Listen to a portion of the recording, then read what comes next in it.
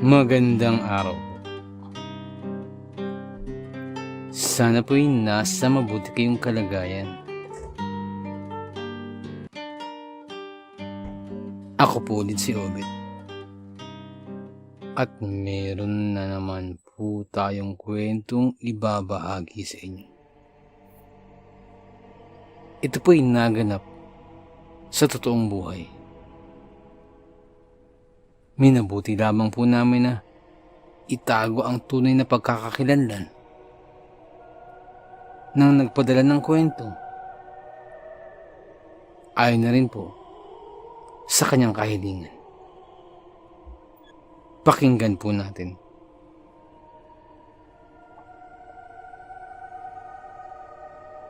Noong maliit pa lamang ako, ay nagkalayo na ang aking mga magulang. At dahil dun, ay nasadla kami sa kahirapan. Pero sa kabila nun, ay pilit pa rin kaming iginagapang sa pag-aaral ng aking ina. At bilang ganti, ay pinagbutihan ko din ang aking pag-aaral sapagkat ito lamang ang pag-asa naming makaahon mula sa hirap. Ayon na rin kay nanay. Nakapagtapos ako ng high school sa kabila ng aming hirap. At naging maganda ang aking naging mga marka.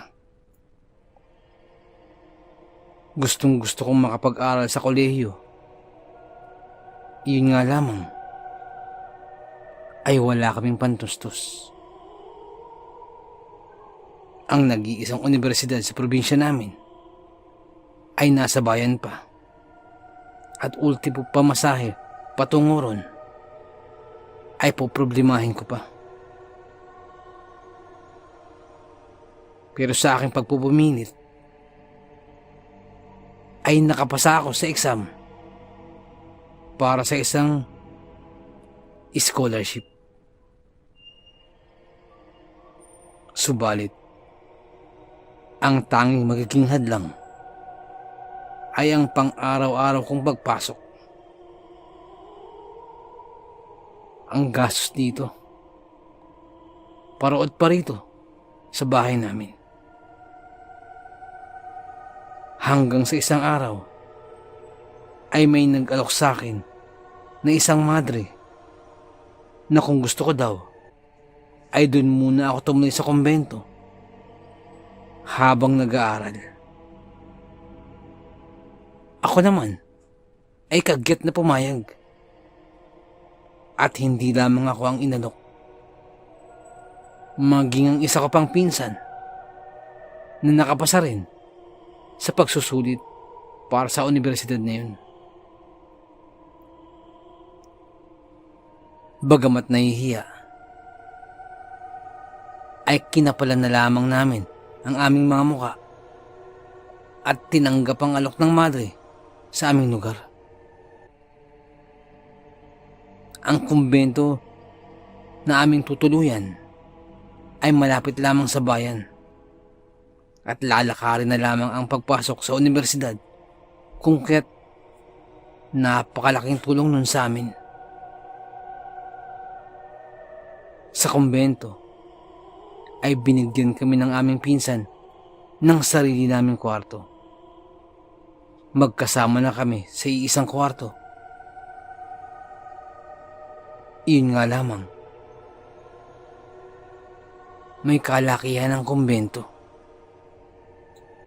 At pagsapit ng mga alas 6 na ng gabi, ay tahimik na ang buong kumbento.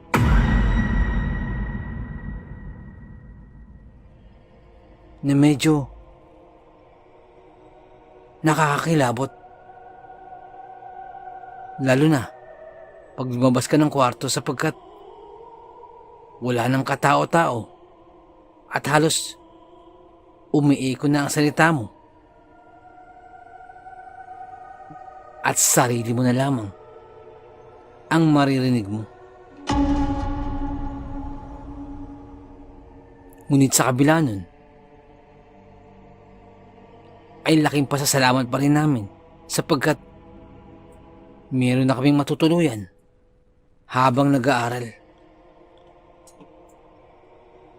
Kapag walang pasok, ay kami ang naglilinis ng kumbento.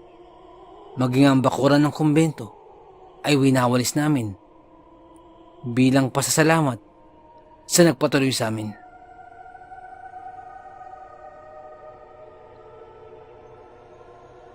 Isang Sabado ng hapon, habang nagwawalis, ay tila nakarinig ako ng maingay. Hindi naman siya ganun kaingay, subalit ang ingay na yun ay tila tuloy-tuloy at walang patid. Nung unay hinayaan ko lamang, subalit sa kabuuan ng aking paglilinis ay hindi tumigil-tigil ang ingay na yun. Tumitingin ako sa paligid, ngunit wala naman akong nakikitang ibang tao. Ang tunog na naririnig ko ay parang libro o papel na binubuklat-buklat ang bawat pahina.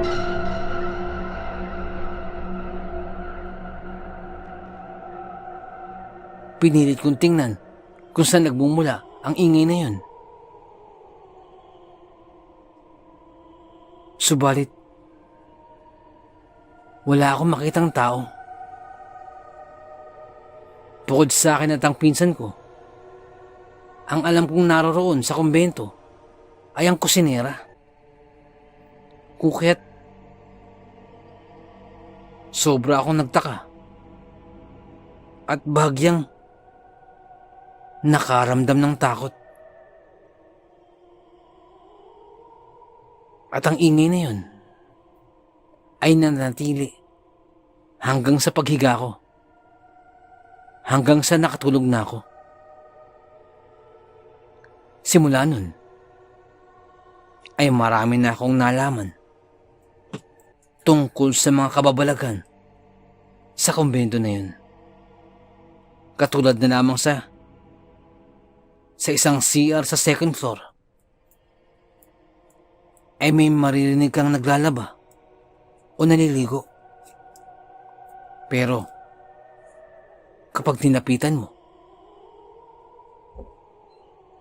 ay walang tao naman at bakante ang CR.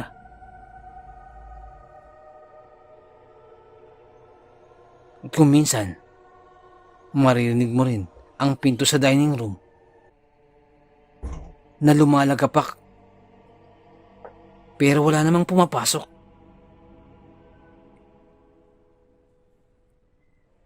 Ang kwento sa amin ni Ate Isay, ang kusinero ng kumbento, isang araw daw, nagtungo siya sa office at may sadya siya sa sekretary ng kumbento. Pero wala raw doon, kung kaya't lumapis siya sa maliit na kwarto, katabi lang din ang office na yun. Dahil madalas, naroroon lamang daw ang sekretary. Tinawag niya ito. At sumagot naman daw ang sekretary. Kung kaya't nag-antay na lamang siya na pagbuksan ng pinto. Subalit, lumipas ang ilang minuto, ay wala pa rin nagbubukas sa kanya ng pinto. Kung kaya't hinawakan na ni Ate Isay ang doorknob. At pagkapihit niya, ay hindi pala ito nakakandado. Kung kaya't tinulak niya ito papasok. Pagkabukas niya ng pinto, ay walang tao sa kwarto na yun.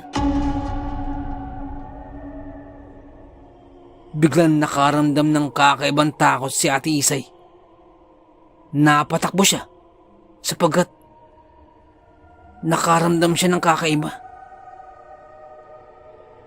Pagbalik niya sa office, ay mula sa bintana niyon ay nakita niya ang sekretary na naglalakad papunta pa lamang sa office.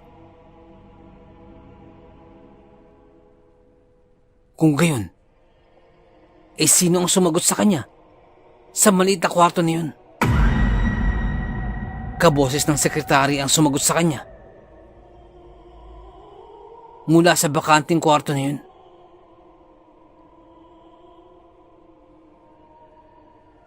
Lumipas ang panahon at parang nasanay na kaming lahat na hindi lamang kami ang naroroon sa kumbento na yun. Isang araw, nasa 2nd taon na ako sa aking kurso. At habang nagdidiscuss ang aming profesor, ay nakaramdam ako ng hindi maganda. At para akong masusuka. Masakit ang aking ulo. At kapag tumitingin ako sa aking mga kaklase, ay hindi ko maaninag ang kanilang mga muka. Blurred ang kanilang mga muka. Wala silang mga mata, ilong o bibig. Agad inutusan ng aking profesor ang isa kong kaklase na ihatid ako sa kumbento. Dahil malapit lang naman ang bahay nila dito. Pagkababa namin ng tricycle, habang naglalakad kami, ay hindi ko na napigilan ng pagsusuka. Sumuka ako ng sumuka. Pagkadating ko sa kumbento, ay dumiretso na ako sa isang kwartong malapit sa kusina. At hindi ko na kayang umakyat pa sa itaas. At gusto ko na lamang mahiga. At nakatulog agad ako. Pero sa gitna ng aking pagkakatulog, ay may boses na bumulong sa akin. At bumulong sa aking tenga. At hanggang ngayon, ay tandang-tanda ko pa kung paano yung boses na yun. Boses ng isang babae. Malumanay at malamig. Binanggit niya ang pangalan ko. Kasunod ay, sama ka. Pagkabanggit niyang yun, ay agad akong nagising. Nilibot ko ang paligid. Maliwanag. At nakabukas ang lahat ng bintana. At nakita ko sa bandang unahan ay si Ate Isay, yung kusinera. Nakatalikod siya at nagluluto para sa tanghalian. Nagtaka man ako kung sino yun, pero dahil nahihilo pa ako, ay bumalik ako sa pagtulog. Pagkagising ko, ay maayos na ang pakiramdam ko. Kung kaya't nagkwento ako kay Ate Isay.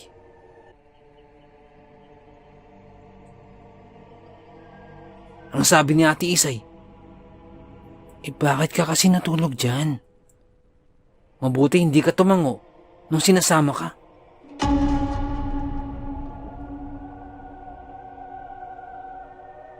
Natakot man ako sa karanasan na yun.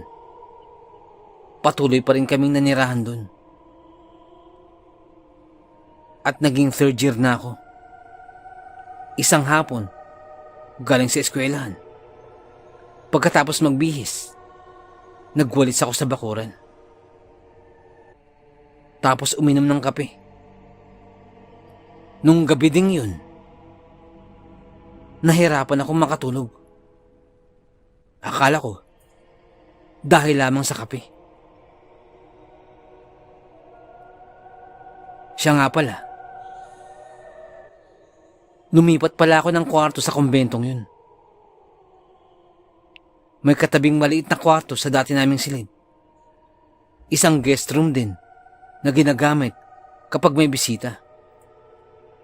Inilipat ko dun ang mga gamit ko at ang mga damit.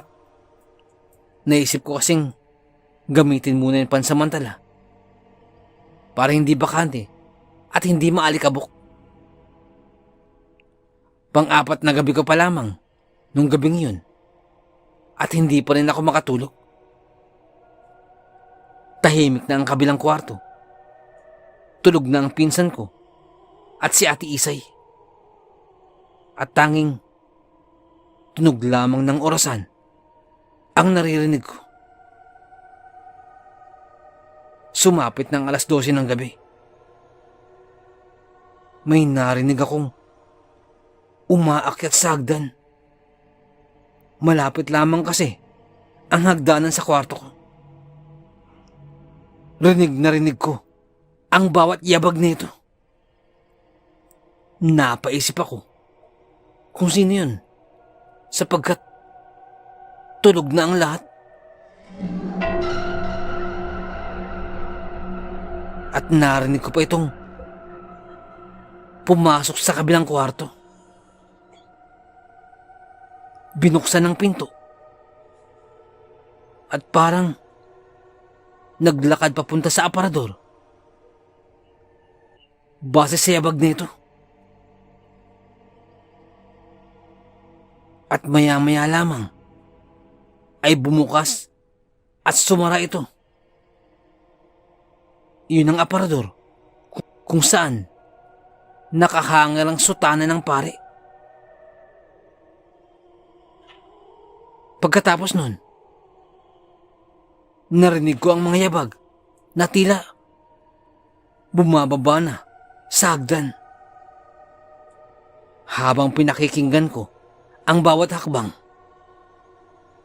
ay naninigas na ako sa takot. At dinig na dinig ko pa rin ang mga yabag patungo sa kusina. At bigla itong tumigil. Napatalokbong ako ng kumot. Nagtago ako. Nanginginig at pawisan. At biglang nag-spark ang ilaw. At tapos ay biglang namatay. Pinilit kong tumingin. Pero wala akong makita. Kung kaya't nagtaklob ulit ako ng kumot. At nagdasal. Hindi ko na maayos ang mga sasabihin kong dasal. Hindi ko na rin masambit ng maayos ang Our Father. Nagkakagulo na ang isipan ko. Nang biglang umilaw ulit ang bumbilya. Bukas na bukas ito. At biglang lumiwanag ang buong kwarto. Sa sobrang takot ko, ay halos maghiwalay na ang kaluluwa ko sa katawan ko. Para akong nasa isang pelikulang horror. Nagdasal ako ng buong lakas habang nasa ilalim ng kumot. At ayaw ko rin buksan ang aking mga mata sapagkat baka may makita akong nakatayo sa harapan ko. Pero alam kong kailangan kong maging matapang. Pinilit ko ang aking sarili. Pinilit kong tumayo. At hinagip ko ang unan. Bagamat nanginginig. Pinatay ko ang ilaw. At sabay labas ng kwarto. At diretso ako sa kabilang silid. Pagkadating ko nun, ay humihingal pa ako. Nagising sina Ate Isay at ang pinsan ko. at tinanong ako kung ano nangyari. Sabi ko, minulto ako sa kabilang kwarto at nagkwento ako sa kanila. Ang sabi ni Ate Isay ay napansin niya daw na umilaw ang guest room. Akala lamang daw niya ay nag-aaral ako. At tinanong ko rin sila tungkol sa mga yabag na narinig ko. Ayon kay Ate Isay, ay walang pumasok sa kwarto nila. Gaya ng mga narinig kong yabag. Sabi niya, pagdating ng umaga, puntahan mo yung guest room at ibalik mo sa dating pwesto ang kama. Mula nang dumating kami rito, ako lamang daw ang nag-iba ng posisyon. Baka raw ay hindi nagustuhan ng elemento o ng nakatira riyan ang pagbago ko ng posisyon at manghingi raw ako ng paumanhin. Kinabukasan, naiwan ako sa itaas. Takot man ako, pero pilit kong tinatagan ang aking loob. Pumasok ako sa guest room. Tahimik. Mahina lamang ang boses ko habang humihingi ng paumanhin. Ngunit kinakabahan ako. Pero ginawa ko pa rin. Inilipat ko ang maliit na lamesa. Doon kasi dati nakapwesto ang kama.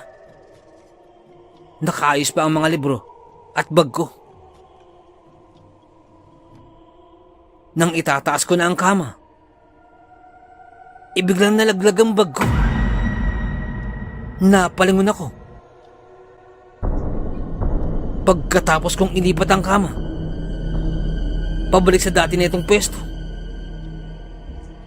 ay bumagsak lahat ng libro. Kahit hindi ko naman nasagi. Doon na ako kinilabutan ng sobra. Mabilis ko nang kinuha ang mga gamit ko at lumabas. At hindi na ako muling bumalik pa at lumingon sa kwarto niyon. Nakakatakot mang tumira sa haunted na bahay na yun o lugar na yun. Pero hindi namin nagawang umalis sapagkat gustong-gusto kong makatapos sa pag-aaral. Sa kalaunan, ay tinatagan ko ang aking sarili at ang aking kalooban at hindi ko na ininda ang presensya nila. At nakibagay na lamang kami sa mga hindi nakikita. Hindi lamang tayo ang narito sa mundo. May mga lugar talaga kung saan kasama natin silang namumuhay. Bagamat nakakatakot, ay hindi ako umalis sa kumbento hanggang nakatapos ako. Sa ngayon ay nakatapos na ako at isa na akong guro. At tatanawin ko pa rin isang napakalaking utang na loob ang pagpapatira sa akin sa kumbento ngayon. Bagamat dun ko naranasan ang isa sa pinaka nakakatakot na aspeto ng aking buhay. Napakahiwaga ng ating mundong ginagalawan. Napakaraming bagay ang mahirap ipaliwanag pero nagaganap. Hanggang dito na lamang po. Salamat sa pakikinig. Magandang araw po.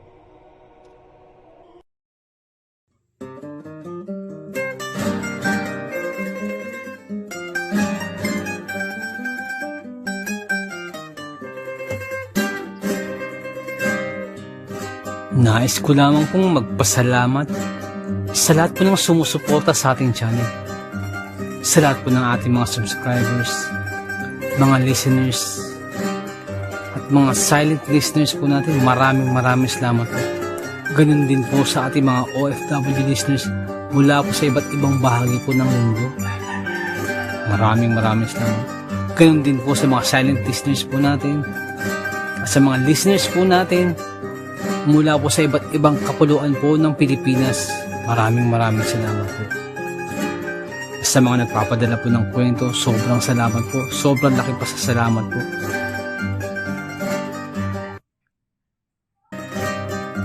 Nais ko lamang pong i-shout out yung mga taga Kalinog, Iloilo. Shoutout po sa inyo dyan. Ang shoutout po ito ay mula po kay Boss Val Dayot. Boss, shoutout po. Nais ko lamang pong i-shout out si Boss Lito Estoque. Boss, shoutout po. Din po sa may Taguig. Shoutout po sa inyo. Maraming salamat po. Nais ko lamang pong i-shout out si Ma'am Helen Casamayor. Ma'am, maraming salamat po. Isa po sa masugid natin tagapakinig po mula pa po nung nasa Saudi pa po siya. Maraming salamat po, Ma'am Helen Casamayor. Isa po sa ating mga silent listeners. Sobrang salamat po. Sana po, ingat po kayo dyan palagi. Maraming salamat po. Nais ko lamang pong i-shout out si Boss Marlon ng Di Masalang. Boss, shoutout po. Maraming salamat po sa pakikinig. At nais ko rin pong i-shout out si Ma'am Dalisay Concepcion. Maraming salamat po sa pakikinig. Shoutout po sa inyo, ma'am. Shoutout din po kay Sir Myong. Boss, maraming salamat sa pagbisita sa ating channel. Maraming salamat. Kay Sir Myong Herminio Viterbo, shoutout po sa iyo. Ingat po palagi. And also, belated happy birthday po kay Ma'am Annie Apruebo. Belated happy birthday po. More birthdays to come. More blessings and good health. Shoutout po sa inyo. Maraming salamat po. Nais ko lamang pong i-shout out si Ma'am Mary Asilar dyan po sa may UK. Shoutout din po kay Ma'am Annie Apruebo, kay Ma'am Annie Viloria, at kay Boss Baby Langka. Shoutout po. Maraming salamat po. Shoutout din po kay Ma'am Janet Verga dyan po sa may Qatar. Shoutout po. Kay Ma'am Liza Arcega, shoutout po. Shoutout din po sa Manhattan Hamburger dyan po sa may Bukandala 3, Imus Cavite. Shoutout po sa inyo. Ganun din po kay Boss Fernando Marcos. Shoutout po. Shoutout din po kay Ma'am Christy Harm dyan po sa may Hamburg, Germany. Shoutout po. Ganun din po kay Tata Estong Nestor Bauyon dyan po sa may London, England. Shoutout po. Kay Boss Jing Fensalida, isa po sa ating mga silent listeners. Maraming salamat po. At kay Boss Bobby Gonzales at sa Gonzales family, shoutout po. Maraming salamat po, boss. Ganun din po kay Boss Camelo Aroy, shoutout po. Kay Boss Malvin Esquera, boss, shoutout po. Kay Boss Miguel Doris Kibel, shoutout po. Kay Ma'am Imelda Pascua. Kay Ma'am Elizabeth Arnaiz, shoutout po. Kay Ma'am Rosie De Mesa, shoutout po. Kay Boss Haz dyan po sa may Saudi, shoutout po. Salamat din po kay Boss BK. Salamat sa milk tea, shoutout sa iyo. At salamat sa suporta, shoutout po. Salamat din po kay Ma'am Eileen Rodriguez. Shoutout po, ma'am, sa mga suggestion. Maraming salamat po. At sa mga hindi ko po nabanggit, pasensya po muna. Pero sa next time po, i-shoutout po natin yan. Maraming salamat po.